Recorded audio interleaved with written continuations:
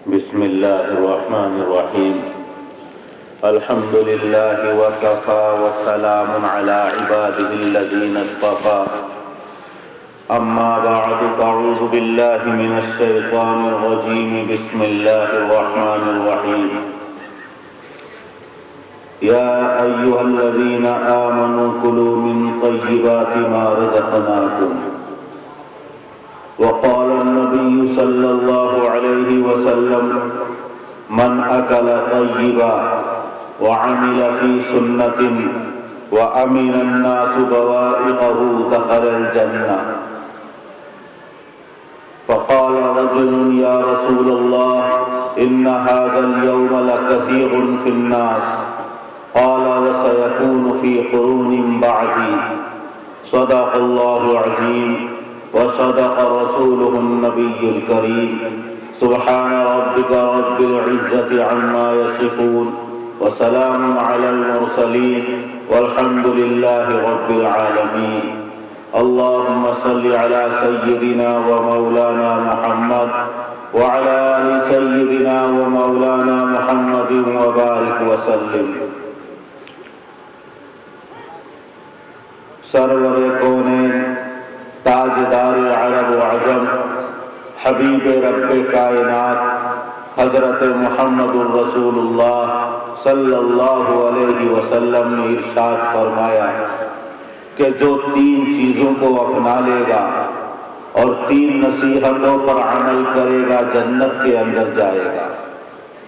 پہلی چیز آپ نے ارشاد فرمائی کہ حلال اور پاکیزہ رزق کھائے، حلال روزی کھانے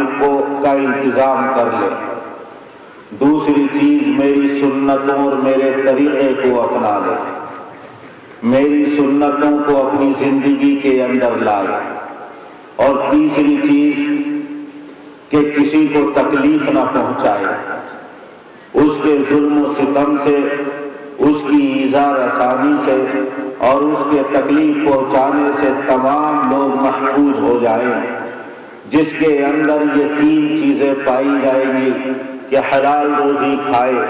حضور اکرم صلی اللہ علیہ وسلم کے طریقے پر چلے اور آپ کی سنتوں کو اپنی زندگی کے اندر لائے، اور تیسری چیز کہ کسی کو اذیت اور تکلیف نہ پہنچائے، وہ جنت کے اندر جائے گا۔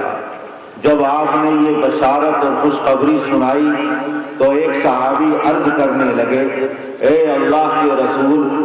آپ کے فیض صحبت کے نتیجے میں اور آپ کی تعلیمات اور ہدایات کے برکت سے آج 100% ایسے انسان اور صحابہ کرام کی مقدس جماعت پائی جاتی ہے جو ان تینوں چیزوں پر عمل کرتی ہے کہ حلال روزی کھاتے ہیں، آپ کے طریقے پر چلتے ہیں، کسی کو اذیت اور تکلیف نہیں پہنچاتے۔ تو کیا بعد میں بھی ایسے لوگ پائے جائیں گے؟ آپ نے فرمایا کہ ہاں،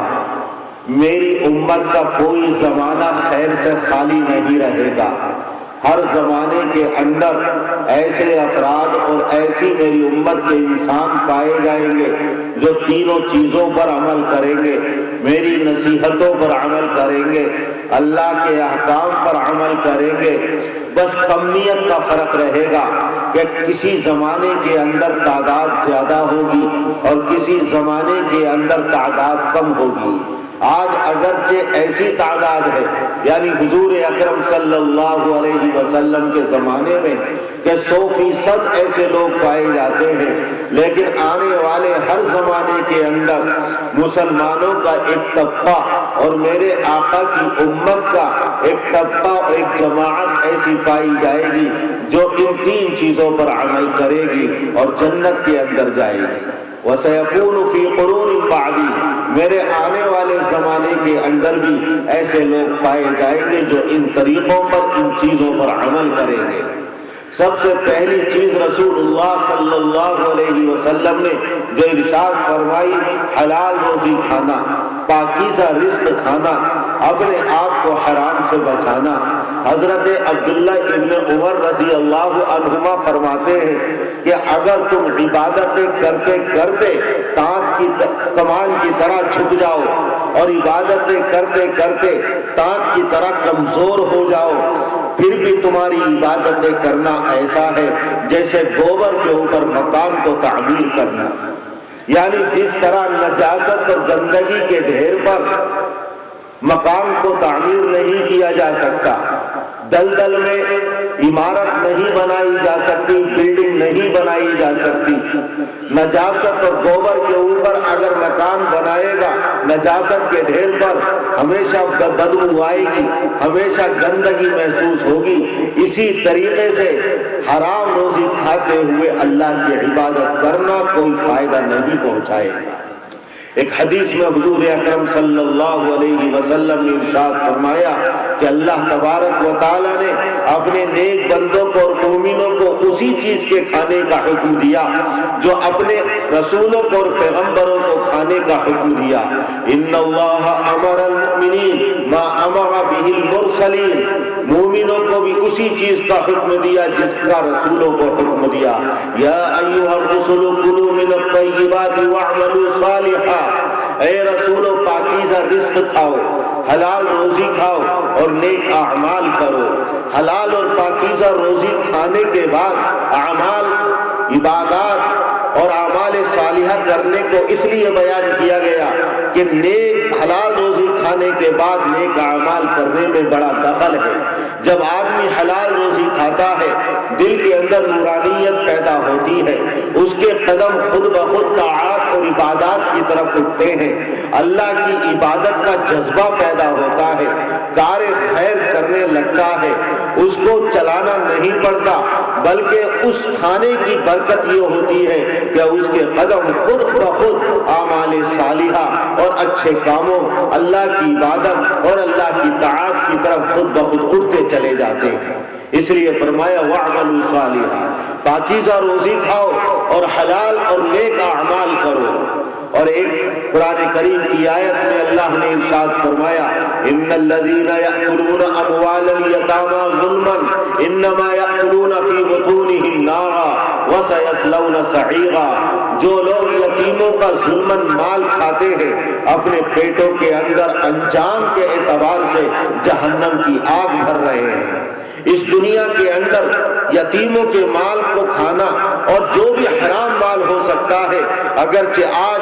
عیش کر لے، موج مستی منا لے اور آسانی کی زندگی گزار لے، لیکن اس کا انجام تباہی اور بربادی ہے، اس کا انجام جہنم کی آگ ہے اور اس کا انجام آخرت کی زندگی کا برباد ہونا ہے۔ ایک جگہ اللہ نے ارشاد فرمایا یا ایھا الذین آمنوا لا تأکلوا اموالکم بینکم بالباطل الا ان تکون تجارۃ عن تراض منکم، اے ایمان والو کسی کا مال ناجائز اور حرام طور پر مت کھاؤ بلکہ حلال پاکیزہ طریقے پر آپس میں رضامندی کے ساتھ اور باہمی لین دین کے ساتھ اور جائز تجارت کے ذریعے اور بزنس کے ذریعے کھاؤ، ناجائز طور پر مت کھاؤ۔ آج انسان اور مسلمان دنیا کی چند روزہ زندگی حاصل کرنے کے لیے مقدمات دائر کرتا ہے، دوسروں کی زمینوں کو غصب کرتا ہے، دوسروں کو مالوں کو ہڑپ کرتا ہے اور ناجائز طور پر دوسرے کے مال پر قبضہ کرتا ہے۔ اللہ نے ارشاد فرما دیا وَلَا تُدْلُوا بِهَا إِلَى الْحُكَّامِ لِتَأْكُلُوا فَرِيقًا مِّنْ أَمْوَالِ النَّاسِ، کہ تم لوگوں کو حاکموں کے پاس مت لے کر جاؤ اس لیے تاکہ ان کا مال ناجائز طور پر کھاؤ، حرام طریقے پر کھاؤ۔ اس لیے جب حضرت سعد بن ابی وقاص رضی اللہ تعالی عنہ نے پوچھا کہ اللہ کے رسول میرے لیے دعا فرما دیجئے کہ میں مستجاب الدعوات بن جاؤں، جو اللہ کی بارگاہ میں دعا کروں وہ دعا قبول ہو جائے، آپ نے فرمایا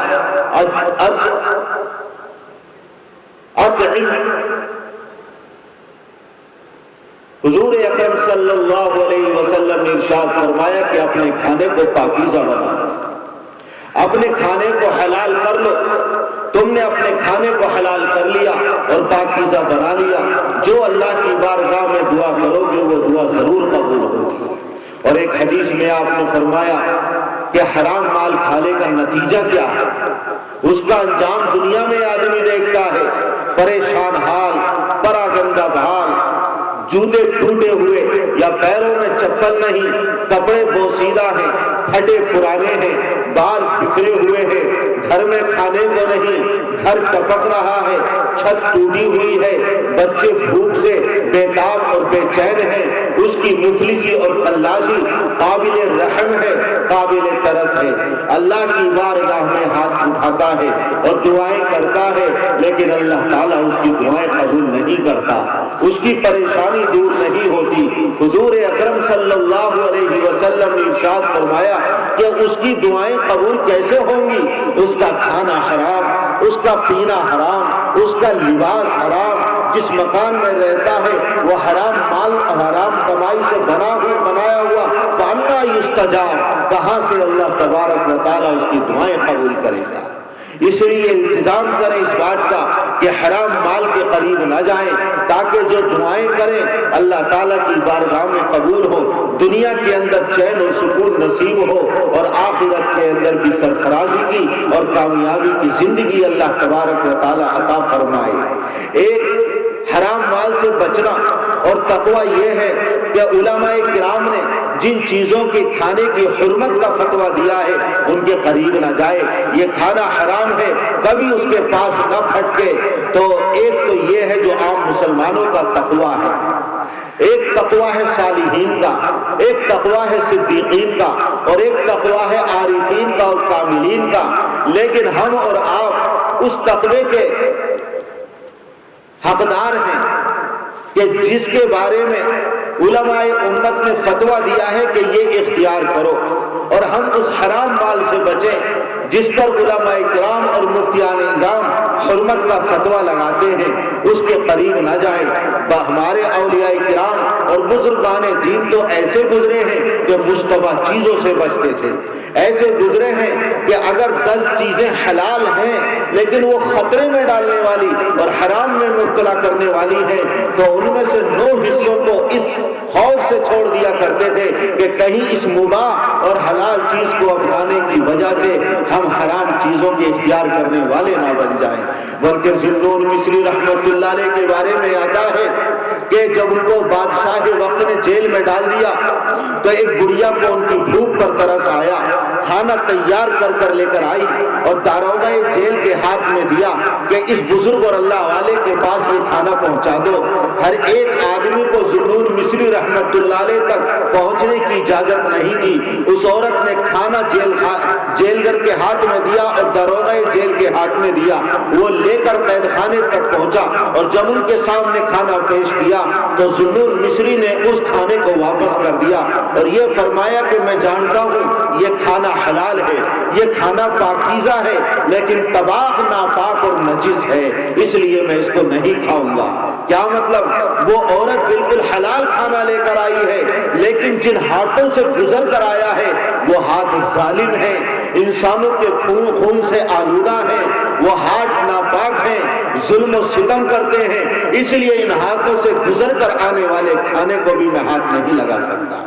حضرت بشر حافی رحمت اللہ علیہ ان نہروں کا پانی نہیں پیتے تھے جن نہروں کو ظالم عمرا اور بادشاہوں نے کھدوایا ہوتا تھا اور جاری کروایا ہوتا تھا، لیکن یہ تو ان کا تقوی بڑا اعلیٰ درجے کا تھا۔ ہم اور آپ اس بات کے مستحق ہیں کہ صرف جس چیزوں کے حرام ہونے کا علماء کرام نے فتویٰ دیا ہے ان کو کبھی ہاتھ نہ لگائیں، ان کے قریب نہ جائیں، تو دیکھیں کہ دل کے اندر نورانیت پیدا ہوگی، قلب کے اندر اور دل کے اندر عبادات اور طاعت کا جذبہ پیدا ہوگا۔ اللہ تبارک و تعالی دعائیں قبول کرے گا، جو مانگو گے اللہ وہ عطا فرمائے گا۔ دنیا کے اندر بھی اللہ تعالیٰ عیش، آرام، راحت، سکون، ظاہری اعتبار سے آرام، اندرونی اعتبار سے آرام، تمہاری خارجی زندگی کے اندر، تمہاری دل کی اندرونی کائنات کے اندر ہر اعتبار سے اللہ تعالیٰ امن و امان عطا فرمائے گا، اور آخرت کی زندگی میں ایسی لازوال اور لافانی نعمتیں عطا فرمائے گا جس کو کسی آنکھ نے دیکھا نہیں، کسی کان نے سنا نہیں، اور کسی انسان کے دل پر اس کا خیال تک نہیں گزرا۔ تقویٰ ایسا اختیار کرنا چاہیے۔ یہ تقویٰ ہے کیا؟ حضرت عمر فاروق رضی اللہ تعالی عنہ نے ابی بن کعب رضی اللہ عنہ سے پوچھا کہ تقویٰ کس کو کہتے ہیں؟ فرمایا کہ کبھی کسی کانٹوں بھری وادی سے گزرے ہو، خاردار جنگل سے گزرے ہو؟ کہ ہاں۔ کس طرح گزرے ہو؟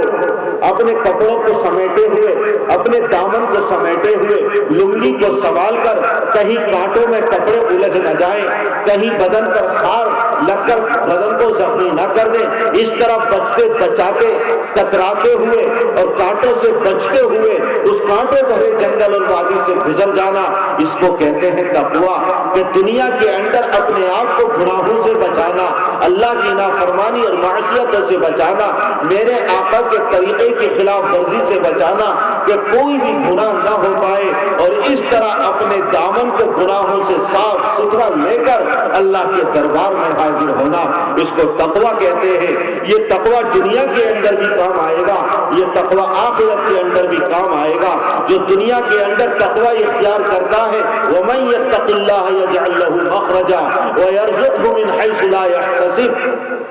جو تقویٰ اختیار کرتا ہے، اللہ کے ڈر اور اللہ کے خوف سے گناہوں کو چھوڑ دیتا ہے، اللہ تعالیٰ آسانی عطا فرماتا ہے، مشکلات دور فرما دیتا ہے، تمام پریشانیاں دور فرما دیتا ہے، ہر مشکل سے مشکل راہ کو اللہ تعالیٰ اس متقی کے لیے آسان فرما دیتا ہے، اور ایسی جگہ سے اس کو رزق اور روزی عطا فرماتا ہے جہاں سے اس کا گمان کب بھی نہیں ہوتا ہے۔ جو تقویٰ اختیار کرتا ہے، اللہ تعالیٰ اس کو بصیرت عطا فرماتا ہے۔ قرآن کریم کے اندر اللہ نے فرمایا ہے، یا ایھا الذین آمنوا اتقوا اللہ یجعل لکم فرقانا، اللہ اگر اے ایمان والو اللہ سے ڈرو، اللہ تعالیٰ تمہیں ایسی بصیرت عطا فرمائے گا، حلال اور حرام کے درمیان تمیز کر لو گے، اچھائی اور برائی تمہارے سامنے کھل کر آ جائے گی، اچھائیوں کو اختیار کرو گے، نیکیوں پر چلنے والے بنو گے، برائیوں سے تم بچو گے، تو دنیا کے اندر اللہ تعالیٰ یہ ثمرہ اور یہ نتیجہ عطا فرماتا ہے۔ اس لیے اللہ نے قرآن کریم کے اندر جا بجا تقوی کا حکم دیا ہے، اور قرآن کریم کے اندر تقوی کو سجا کر بیان کیا ہے۔ بعض آیات قرآن کریم کی ایسی ہیں جس میں شروع میں بھی تقوی کا حکم اور بعد میں بھی تقوی کا حکم۔ مثال کے طور پر، یا ایھا الناس اتقوا ربکم الذی خلقکم من نفس واحدہ، اے لوگو اپنے پروردگار سے ڈرو، اور پھر آخر میں بھی اس آیت کے اللہ نے فرمایا اللہ سے ڈرو، اللہ سے ڈرو۔ ہر جگہ اللہ تعالیٰ نے تقوی کا حکم دیا ہے۔ دنیا کے اندر تقوی اختیار کریں گے، اللہ آسانی عطا فرمائے گا، روزی میں برکت عطا فرمائے گا، بصیرت عطا فرمائے گا، دل کے اندر نورانیت عطا فرمائے گا، اعمال خیر کا دل کے اندر جذبہ عطا فرمائے گا۔ اللہ تعالیٰ دنیا کے اندر تقوی کی وجہ سے یہ برکات عطا فرماتا ہے۔ میدان محشر کی برکت تقوی کی وجہ سے حاصل ہوں گی، وہ میدان محشر کہ جہاں کوئی کسی کا پرسان حال نہ ہوگا۔ الاخلاء یومئذ بعضهم ببعض عدو الا المتقین، دوست ایک دوسرے کے دشمن بن جائیں گے، بھائی بھائی کا پرسان حال نہ ہوگا، اور ماں اپنے بچوں کی پرسان حال نہ ہوگی۔ یوم یفر المرء من اخیہ وامہ وابیہ وصاحبتہ وبنیہ، کہ آدمی ہر ایک سے بھاگے گا، کوئی کسی کا پرسان حال نہ ہوگا اگر وہاں ایک دوسرے کے کام آئیں گے، ایک دوسرے کو پہچانیں گے، اور ایک دوسرے کے لیے آخرت کے اندر اللہ کے یہاں سفارش کریں گے، تو وہ متقی لوگ ہوں گے، وہ پرہیزگار لوگ ہوں گے، جنہوں نے دنیا کے اندر اللہ کے ڈر اور اللہ کے خوف سے گناہوں کو چھوڑا ہوگا اور تقوی کو اختیار کیا ہوگا۔ یہ تقوی آخرت کے اندر کام آئے گا، پل صراط کے اوپر تقوی کام آئے گا۔ وَإِن مِّنكُمْ إِلَّا وَارِدُهَا، تمام کے تمام پل صراط پر سے گزریں گے۔ جہنم کی پشت کے اوپر جب پل صراط کو قائم کر دیا جائے گا، جو تلوار سے زیادہ تیز، بال سے زیادہ باریک، آگ سے زیادہ گرم وہ صراط پل صراط ہے، اس کے اوپر سے جب گزارا جائے گا، جو متقی پرہیزگار ہوں گے، قرآن کریم کے اندر اللہ نے فرمایا کان علی ربک حتما مقضیہ، کہ ہر ایک کو پل صراط پر سے جو جہنم کی پشت پر قائم کر دیا جائے گا گزارنا ہے۔ اللہ کے اوپر یہ یقینی وعدہ ہے، اللہ نے اس کا فیصلہ کر رکھا ہے۔ ثم ننجی الذین اتقوا، لیکن جنہوں نے دنیا کے اندر اللہ کے ڈر اور اللہ کے خوف سے حرام کو چھوڑا تھا، گناہوں کو چھوڑا تھا، اللہ تعالیٰ صحت و سلامتی کے ساتھ ان کو گزروا دے گا۔ لیکن جن کی زندگی گناہوں سے آلودہ، اللہ کی نافرمانیوں سے جن کی زندگی آلودہ، دونوں طرف آنکھیں لگے ہوئے ہوں گے لوہے کے، وہ ان کے بدنوں کو کاٹ کاٹ کر جہنم کے اندر گرا دیں گے اور ایسے لوگ ہلاک ہوں گے، جہنم کا ایندھن بنیں گے۔ حضور اکرم صلی اللہ علیہ وسلم دعا فرمائیں گے اس کو صراط پر، اللہم سلم سلم، اللہم سلم سلم۔ اور اسی طرح انبیاء کرام بھی اپنی امتیوں کے گزرنے کی اللہ کی بارگاہ میں دعائیں کر رہے ہوں گے، اللہم سلم سلم، اللہم سلم سلم۔ اے اللہ میری امت کو صحت و سلامتی کے ساتھ گزروا دے، اس جہنم سے نجات عطا فرما، ان آنکڑوں سے اور زنبوروں سے نجات عطا فرما، اور صحت و سلامتی کے ساتھ پل صراط میں سے گزار کر میری امت کو جنت کے اندر داخل فرما دے۔ ایسے کٹھن مرحلے سے جس کو نجات ملے گی وہ ہوگا جس نے دنیا کے اندر تقوی اختیار کرا ہوگا۔ ذرا ہمارے اکابر کی زندگی تو دیکھو، کیسے متقی اور پرہیزگار تھے، ہمیشہ آخرت کی تیاری میں لگے ہوئے تھے، ہمیشہ آخرت مد نظر تھی۔ عبداللہ ابن المبارک رحمت اللہ علیہ، رات کا سما ہے، چراغ جل رہا ہے، ہوا کا جھونکا آیا، بہت سارے احباب، مرشدین، مسترشدین اور شاگرد اور علم حاصل کرنے والے آپ کے پاس بیٹھے ہوئے ہیں۔ یہ ہوا کے جھونکے نے چراغ کو گل کر دیا اور بجھا دیا، لیکن تھوڑی دیر کے بعد جب چراغ کو جلایا گیا تو دیکھا کہ عبداللہ ابن المبارک رحمت اللہ علیہ کی آنکھوں سے آنسو روا دوا ہے۔ شاگرد پوچھتے ہیں کہ حضرت کیا بات، کوئی ماجرا پیش آ گیا، کسی نے تکلیف پہنچائی، کوئی آپ کو تکلیف ہے؟ کہنے لگے نہیں، یہ چراغ بجھ گیا، مجھے عالم محشر اور عالم آخرت کی اندھیریاں اور تاریکیاں یاد آ گئی۔ جب دنیا کے اندر چراغ کے گل ہونے سے اتنا اندھیرا ہو گیا، جس عالم کے بارے میں اللہ نے فرمایا ہے تاریکیوں پر تاریکیاں اور اندھیروں پر اندھیرے ہوں گے، اس میدان محشر کے اندر کیا عالم ہوگا، اس تاریکی کو دیکھ کر میں نے آخرت کی تاریکی کو یاد کیا۔ اسی وجہ سے تقوی والی ایسی زندگی اختیار کی ہے۔ اللہ تعالیٰ اس امت کو بھی اسی طریقے پر چلنے کی توفیق عطا فرمائے۔ ملک شام کے اندر تھے، 1 مہینے کی مسافت طے کر کے گئے تھے، وہاں سے جب واپس آئے کسی کا قلم جو لکڑی کا قلم تھا، نرکل کا قلم تھا، وہ ساتھ میں آ گیا۔ جب اپنے وطن آئے ہیں تو کوئی قیمتی قلم نہیں تھا، لیکن 1 مہینے کی مسافت طے کر کے اس قلم کو واپس کرنے کے لیے گئے۔ کہیں ایسا نہ ہو کہ یہ ناجائز طریقے پر میرے پاس آ گیا ہے، کہیں عالم محشر میں اللہ کے یہاں میری بربادی اور تباہی کا ذریعہ نہ بن جائے۔ ایک قلم کو، لکڑی کے قلم کو رکھنا اپنے پاس گوارا نہیں کیا، کیسا اعلیٰ درجے کا انہوں نے تقوی اختیار کیا۔ ہمارے اکابر کے اندر ایسا تقوی کا، کسی کو دھوکہ نہیں دیتے تھے، ناجائز طریقے پر بزنس میں، تجارت میں مال حاصل نہیں کرتے تھے۔ کبھی بارش کا موسم ہوتا، گھٹائیں امڈ آتی، بادل آ جاتے، سورج کی روشنی پوری طریقے پر نظر نہیں آتی، تھوڑا اندھیرا چھا جاتا، حضرت امام ابو حنیفہ رحمت اللہ علیہ کا کپڑے کا کاروبار اور کپڑے کی دکان تھی، اپنی دکان کو بند کر دیتے۔ لوگ پوچھتے کہ ابھی تو دن بہت باقی ہے، کہتے فرماتے چونکہ بادلوں کی وجہ سے تھوڑا اندھیرا ہو گیا، کوئی خریدنے کے لیے آئے گا، آج کی طرح لائٹ، آج کی طرح روشنی اور بجلی کا انتظام نہیں تھا، اگر کوئی خریدار آئے گا اس کو میرے کپڑے کا رنگ صحیح طریقے پر، بانا اور تانا کس طریقے کا ہے صحیح طریقے پر، اس کا عیب اور اس کا حسن اور اس کی اچھائی صحیح طریقے پر نظر نہیں آئے گی۔ کہیں ایسا نہ ہو کہ کسی کپڑے کو وہ خرید لے اور اس کے معیار کے مطابق نہ ہو، اندھیرے میں کہیں وہ دھوکہ نہ کھا جائے، تو یہ دھوکہ دینا ہوگا، اس لیے میں اپنی دکان کو بند کر رہا ہوں۔ اور دھوکہ دے کر کسی کے مال کو حاصل کرنا یہ مال حرام ہے، جو آخرت کے اندر اس کے لیے جہنم کا ایندھن بنے گا اور ایسا شخص جہنم کے اندر داخل کیا جائے گا۔ اس لیے حضور اکرم صلی اللہ علیہ وسلم نے ایک چیز ارشاد فرمائی، من اکل طیبا، جس نے پاکیزہ روزی کھائی۔ دوسری چیز ارشاد فرمائی، من وعمل فی سنت، میرے طریقے پر عمل کیا، میری سنتوں کو اپنی زندگی کے اندر لایا، میری تعلیمات کے سانچے میں اپنی زندگی کو ڈھالا اور پورے طور پر پیدا ہونے سے لے کر قبر کی آغوش میں جانے تک حضور اکرم صلی اللہ علیہ وسلم کے طریقے کو دیکھا،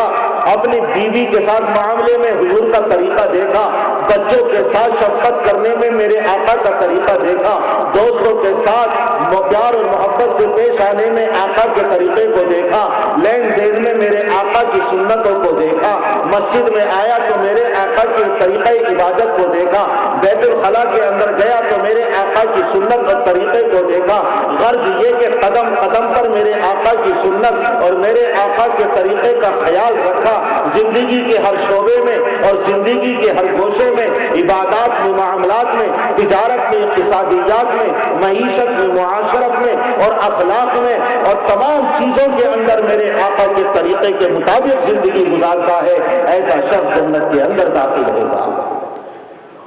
ہمارے سامنے تو صحابہ اکرام اور بزرگان دین کی زندگیاں ایسی ہیں جنہوں نے آقا کے طریقے پر اپنی زندگیوں کو نچھاور کر دیا، لیکن آقا کے طریقے کو چھوڑنا گوارا نہ کرا۔ حضرت عبداللہ ابن عباس رضی اللہ عنہما کی آنکھوں میں پانی اتر آیا۔ حکیم اور طبیب اس زمانے کے آئے اور کہنے لگے کہ اپنی آنکھیں بنوا لیجئے، فرمانے لگے کہ تم کہو گے کہ کسی اونچی چیز پر سجدہ کرنا پڑے گا تاکہ آنکھوں میں پانی نہ اتر آئے، احتیاط کرنی پڑے گی، ایسا ہرگز نہیں کر سکتا۔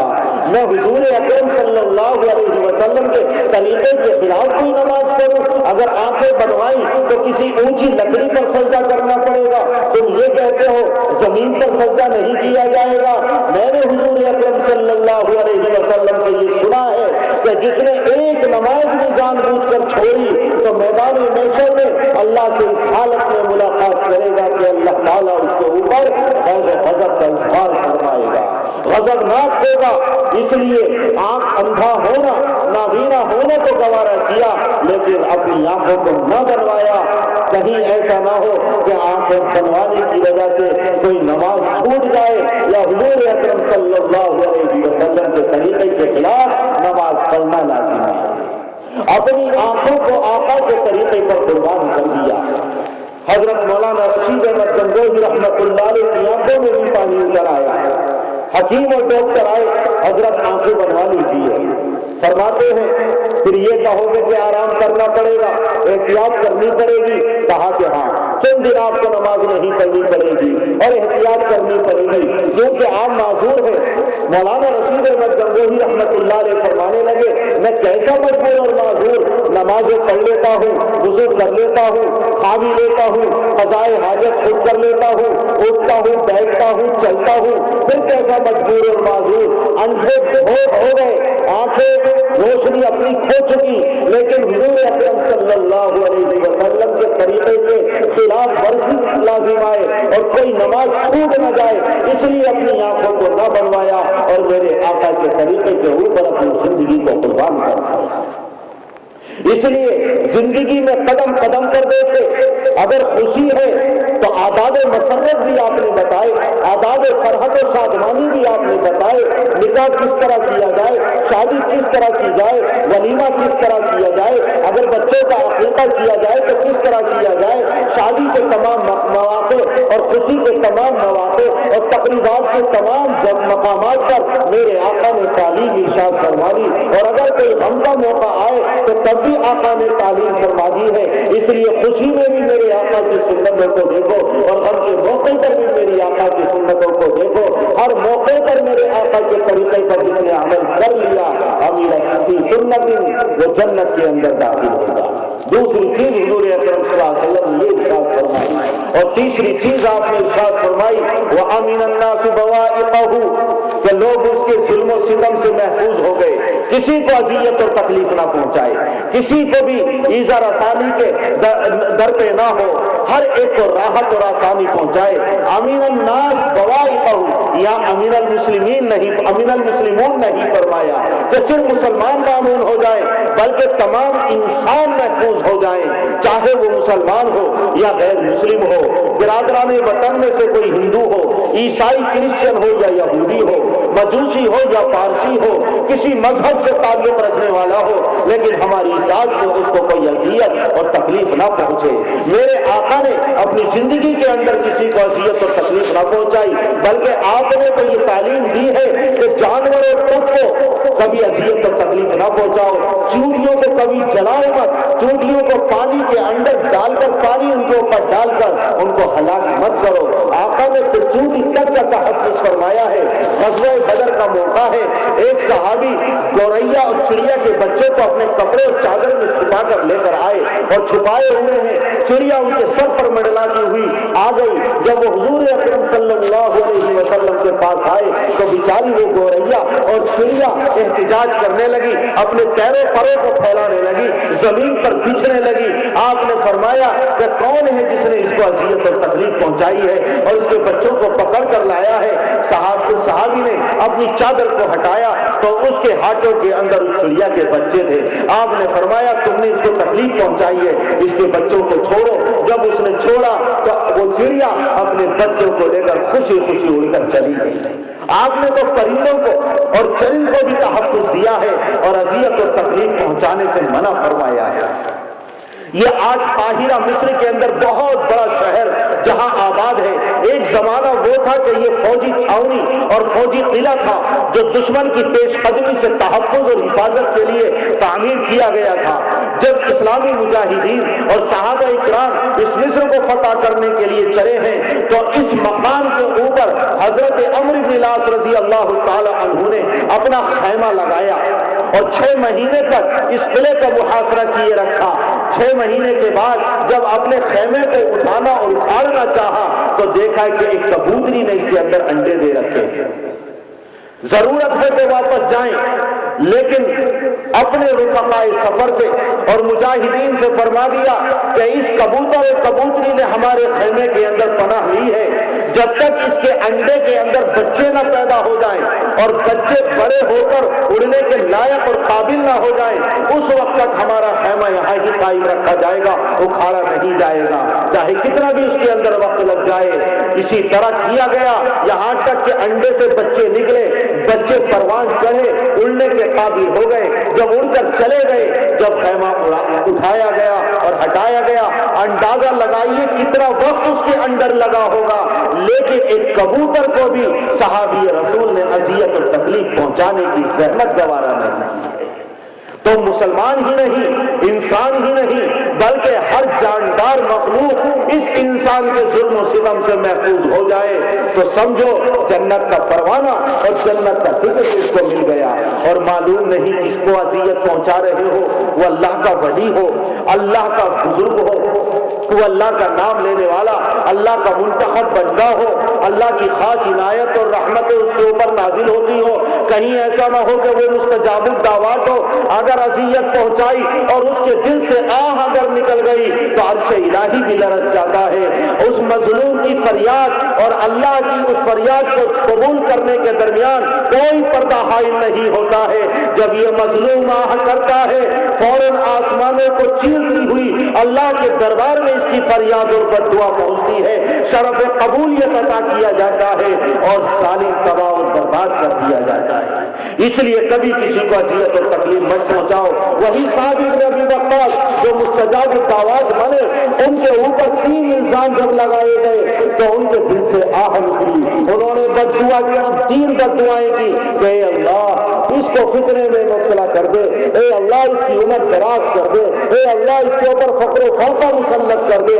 تینوں بددعائیں قبول ہوئی اور وہ سب جس نے ان کا دل دکھایا تھا کوفے کے اندر اندھا بھی ہوا، فتنے میں مبتلا ہوا اور اسی طرح فقر و فاقے کے اندر مبتلا ہوا اور اس کی دنیا کی زندگی تباہ و برباد ہو۔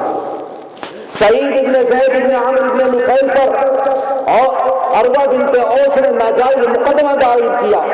عدالت میں کھینچ کر لائی اور کہا کہ انہوں نے میری زمین کو غصب کیا ہے۔ جب مروان بن الحکم کی عدالت میں ان کو پیش کیا گیا، صحابی رسول تھے، اللہ کے متقی پرہیزگار بندے تھے، اللہ کے ولی تھے، جب ان کو عدالت کے کٹہرے میں کھڑا کیا گیا تو ان کا دل دکھا اور دل سے آہ نکلی کہ اللہ جس طرح اس نے مجھے ذلیل کیا ہے اور میری تقوی پر اور پارسائی پر اس نے دھبا لگایا ہے، اے اللہ تو اس کو موت دے اور وہی زمین اس کی قبر بن جائے، اے اللہ اس کو فتنے کے اندر مبتلا کر، اے اللہ اس کو اندھا کر دے۔ اندھی ہوئی اور سامکتویاں مارتی ہوئی پھرتی تھی اور کہتی تھی اصابتنی دعوت سعید، اصابتنی دعوت سعید، مجھے سعید ابن زید کی بد دعا لگ گئی، سعید ابن زید کی بد دعا لگ گئی۔ ایک اللہ والے کا دل دکھایا تھا، بد دعا لگی، اور جس زمین کے بارے میں اس نے ناجائز مقدمہ دائر کیا تھا اسی کے اندر ایک کنواں تھا، اس کے اندر گری اور وہی کنواں اس کی قبر بن گیا،